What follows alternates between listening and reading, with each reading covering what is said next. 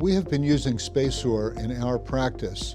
The idea was if we could increase the distance between the rectum and the prostate, we knew that the SpaceOAR could reduce the dose of radiation to his rectum and the side effects that he might develop. When my patients opt for radiation therapy, we always have the conversation about SpaceOAR. I explain to them that SpaceOAR can help minimize the side effects with regard to radiation therapy. It's a very minimally invasive therapy, but the long-term benefits may be very great for them. When you're trying to radiate the prostate with radiotherapy, you always have to add in a margin. You have to expand your volume to allow for movement and error. Prior to SpaceOAR, that margin went into the rectum.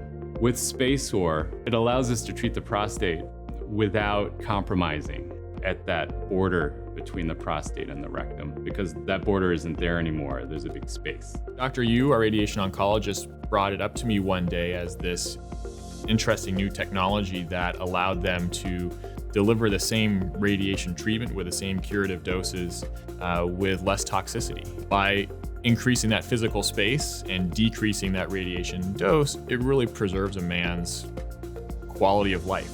For the patient, I would say the SpaceOAR is a great option because it has minimal side effects, the procedure is easily tolerated, and it really has a tremendous benefit. Here at Yale, it's been a partnership with the urology department. I've been indebted to them for their enthusiasm for SpaceOAR. I think they realized how important it was for radiation oncology. The introduction of SpaceOAR has really reduced the toxicity of radiation for many of these patients. It allows me as a surgeon to feel better about recommending radiation as an option for a lot of these guys who are very worried about the side effects. Especially if you have a very curable cancer, right? And you're deciding between different treatment options.